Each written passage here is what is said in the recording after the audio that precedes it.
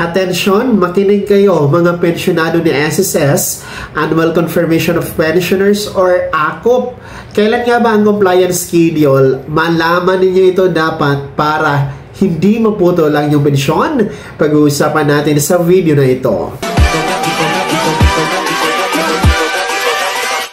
Hold up.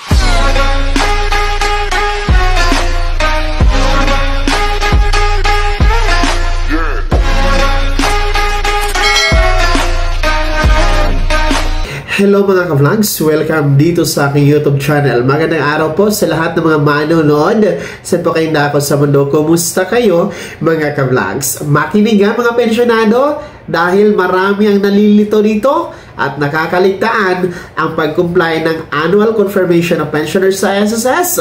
Tuwing kailan nga ba ito schedule na dapat i-comply? Mamaya-maya pag-uusapan natin, pero bago ang lahat, kung bago ka pa lang dito sa aking YouTube channel o di kaya hindi ka pa nakasubscribe, abay click nyo muna ang ating subscribe button na nasa baba. Huwag niyong kalimutan na pindutin ang notification bell. Ilagay niyo po sa all para naman updated ka sa lahat ng mga videos na aking i-upload. So eto na nga mga pensyonado ni SSS, atin po itong pag-uusapan muli dahil alam ko marami pa rin sa inyo ang hindi pa rin po nauunawaan ang pag-comply ng ACOP. Higit sa lahat, nakakalimutan ang schedule kung kailan nga ba ito kinu-comply. At ang resulta, abay, naputol po ang pensyon. Walang pensyon na natatanggap. So, mahalaga ito na ating i-discuss muli para ma-refresh po kayo, mga pensyonado ni SSS.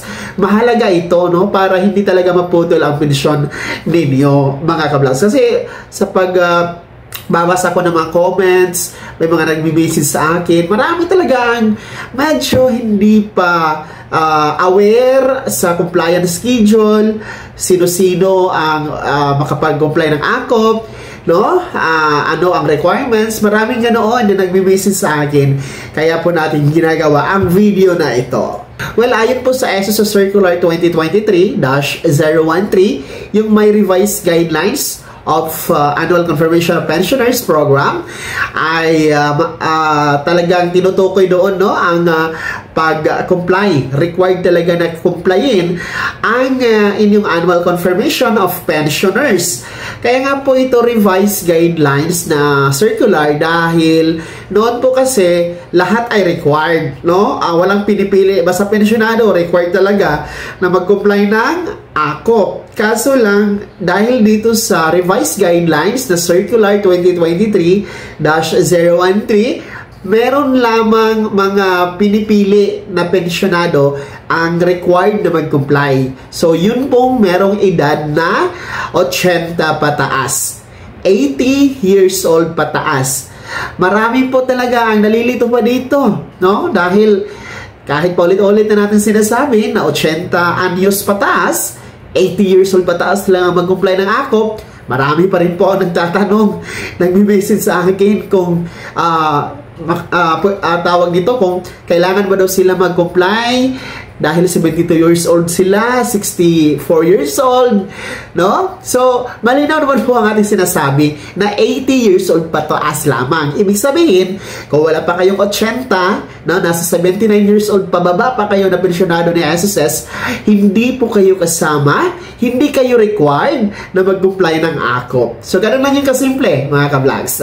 So, pangalawa, tuwing kailan ba mag-comply ng ACOP? Ito, marami din po ang nalilito dito dahil tawag nito, marami nagme-message sa akin na nagtatanong kung kailan ba daw sila magpapa-ACOP, binibigay yung birthday nila. So, ang kasagutan po dyan, malinaw na malinaw. Tandaan ninyo, ang ACOP compliance schedule ay tuwing birth month ninyo, buwan ng kapanganakan. Ibig sabihin, every birthday ninyo, basta buwan yan, halimbawa, ngayong buwan ng February. So, dapat magkapag-comply kayo ng ACOP ngayong buwan ng February, bago matapos ng February 28. Kung birthday nyo naman ng March, dapat sa March, sa loob ng buwan ng March, hindi lalagpas no? From March 1 to March 31, dyan kayo magpapaakop. So, every birth month, every buwan ng kapanganakan, mga 80 anyos pataas. So, malinaw na malinaw po yon. Ang requirements po, no? Paano magpaakop? Meron tayong mga pamamaraan dyan. Una, pwede kayong mag-walk-in. Ibig sabihin, punta lamang po kayo sa mga pinakamalapit na SSS branch na nasa inyong kinaroroonan, no? At mag-fill up kayo doon ng AKOP na form. Well, anyway, the AKOP form is libre po. Walang bayad yan, mga ka-vlogs. Fill upan nyo lamang po dyan, no? I-assist naman po kayo sa front desk na SSS staff, no? And then, present your SSS ID or UBID ID. Well, in case na hindi po pwede ang pensionado na pumunta sa branch dahil nga po busy or bedridden, no? Hindi na nakakalakad, pwede po ang authorized representative. Any po sa inyong immediate family or basta authorized representative nyo po, no? Mag-provide lamang kayo ng authorization letter. Ipadala nyo po ang inyong SSS ID and UBID. Permahan nyo lamang po sa photocopy, 3 perma. At kailangan po mag-present ng valid ID, isa lang po yung authorized representative. So yun po, pwede kayo mag-walk-in. And I think pinakamadali yun, at least, no, tapos agad within that day. Wala na kayong iisipin pa kung mag-walk-in kayo. Pangalawa naman, para sa ating mga OFW or nasa abroad, hindi naman po pwede na uuwi kayo ng Pilipinas para lang mag-comply ng AKOP, ang mahal-mahal ng ticket. So, ang gagawin nyo lang po ay mag-video conference. So, mag-email kayo kay SSS to request your video conference schedule. Then, magre-reply naman yan si SSS sa email. Tapos, siya na po ang mag-set ng final schedule ng petsa, oras, at araw, no? Doon sa inyong video conference. And pangatlo, panghuli, pwede kayo mag-comply ng AKOP sa mga selected banks na diniklara ni SSS. Nasa screen nyo po. Kung kliyente lang po kayo ng mga bangkong yan, pwede kayo dyan mag-comply ng AKOP. Kung hindi kayo kliyente, abay hindi po pwede. Mga ka-vlogs, yung mga bangko na nasa screen nyo po, pwede kayo mag-comply ng AKOP. So, bakit po kinakailangan na magpa-AKOP? No? Ang objective, no? Ang layunin po, bakit may AKOP? Dahil gusto ni SSS tiyakin na nasa tamang tao ang pensyon na napupunta every month. Tamang tao, legit na tao, buhay ang tao, hindi pa patay, no? Kaya po nire-required ang AKOP every birth month ng ating mga 80 years old pataas. So, ano po ang consequence? Ano ang mangyayari kung matigas talaga ang ulo or nakalimutan, hindi nag-comply ng AKOP? Well, the consequence is ipuputol ni SSS ang inyong pensyon temporary, no? Puputulin. Halimbawa, ngayong February, kung birth month nyo ngayon, hindi kayo nag-comply ng AKOP hanggang February 28, baka magtaka kayo, March or April, wala kayong makukuha ang pensyon kasi pinuputol ng SSS temporary.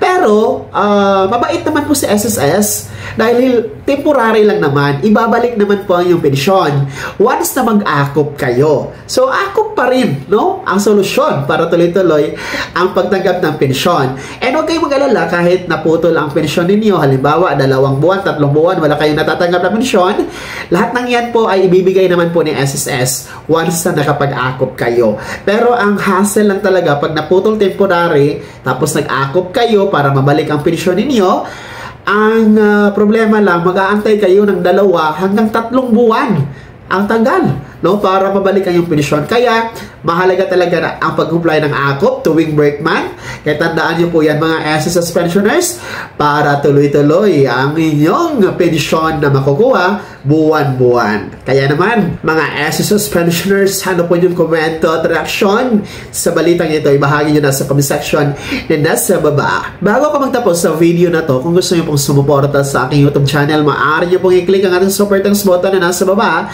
Sa mga gusto maging miyembro, pwede po i-click yung mga ating join button. Maraming perks dyan mga ka-vlogs. Be my member now. Sana naging gabay ang video na to kahit paano na pag-uusapan natin ang mga importanteng bagay na may kinalaman sa pagiging miyembro, beneficiaryo at pensionado sa SSS. Kung hindi ka pa nakasubscribe dito sa aking YouTube channel, maaari nyo nang i-click ang ating subscribe button na nasa baba. Huwag nyo kalimutan na pindutin ang notification bell. Ilagay nyo po sa all para naman updated ka sa lahat ng mga videos na aking i-upload. Maaari nyo nang i-like ang video na to at kung meron ka pa mga mga katanungan, maaari nyo yung komento sa comment section na nasa baba. Paki-follow na din po ang aking official Facebook page na nasa screen nyo. Muli po ako si Daniel Timpawa na nagsasabing dito sa aking YouTube channel, pawang katotohanan at lahat totoo lamang.